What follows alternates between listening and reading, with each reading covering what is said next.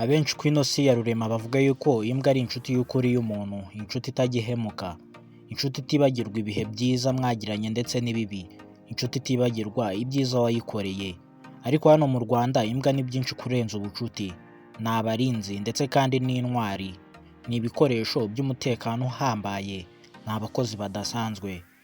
Mu kiganiro cy'uno munsi munyemerere tuganire kuri zino mbwa zikoreshwa mu kurinda umutekano, gusaka ibiyobyabwenge, gutahura abihishe ndetse no gushakisha ababuriwe irengero. Muri kano kanya mw'ino video tugiye kurebera hamwe ibigwi bya zino mbwa uko zibayeho, imyitozo zifata, abazitoza ndetse n'abazivura. Ntujye kure nimba ushaka kumenya byinshi kuri izi mbwa zikora akazi kadasanzwe. Mubwira ngo nimba uri mushya hano kanda subscribe kuko utayikanze ntabwo wazigera wongera kunyumva. Uhawe ikaze.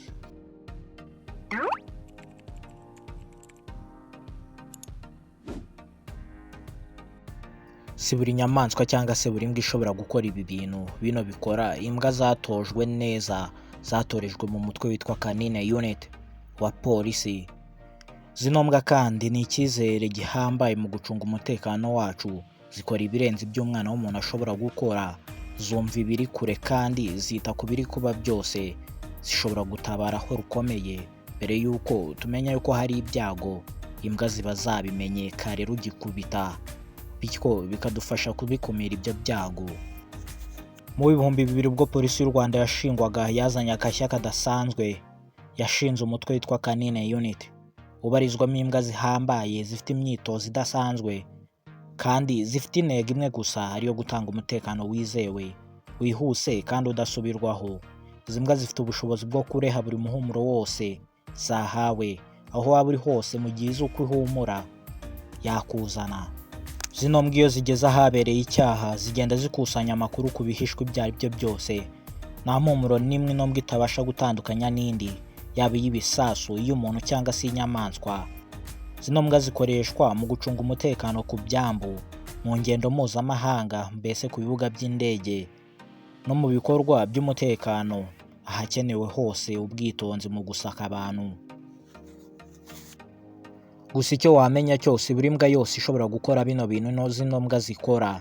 Izi mbwa ntago zivuka zarabaye abarinzi, ahubwo zitozwa buri munsi, zigatozwa kumvira, kumenya impumuro zidasanzwe no gukorana na ba nyirazo mu buryo budasanzwe.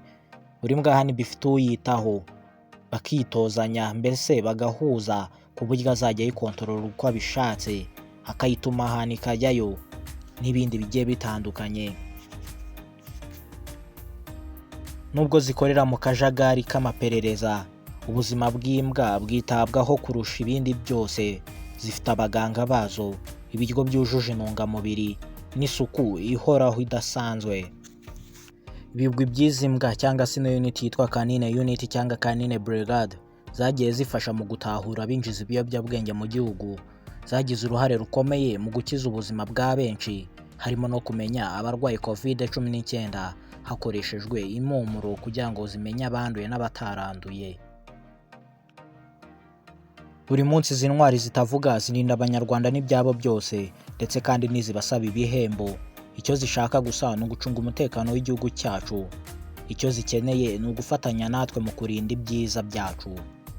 Icyo zishaka ni uko tuziha ibikenewe, ubundi nazo zikaturindira umutekano.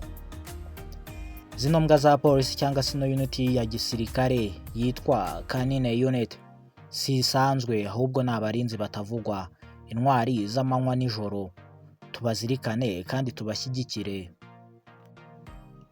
Zino mbwa za polisi zibarizwa mu mutwe wa Canine Unit mu Rwanda ni inkingi y'umutekano w'igihugu ukomeye. Nizivuga ariko zigaragaza ubutwari buhanitse. Uko igihugu kigenda gitera imbere niko zizamurwa mu nzego. Zino mbwa kandi zifatwa nk'uko umuntu afatwa mu kazi. Zifatwa nk'umurinzi w'igihugu, nk'inshuti ndetse kandi nk'intwari. Mubwira ngo ni umusozo w'ikiganiro nabateguriye, njye wakikugezagaho nitwa Ronje. Nimba wari mushya hano ukaba ugeze none ureba ino video, kanda subscribe ukore no kunzogera. Ikindi kandi kanda like nimba ukunda ibiganiro tubagezaho. Mubwira ngo amahoro y'Imana akomeze kubana namwe.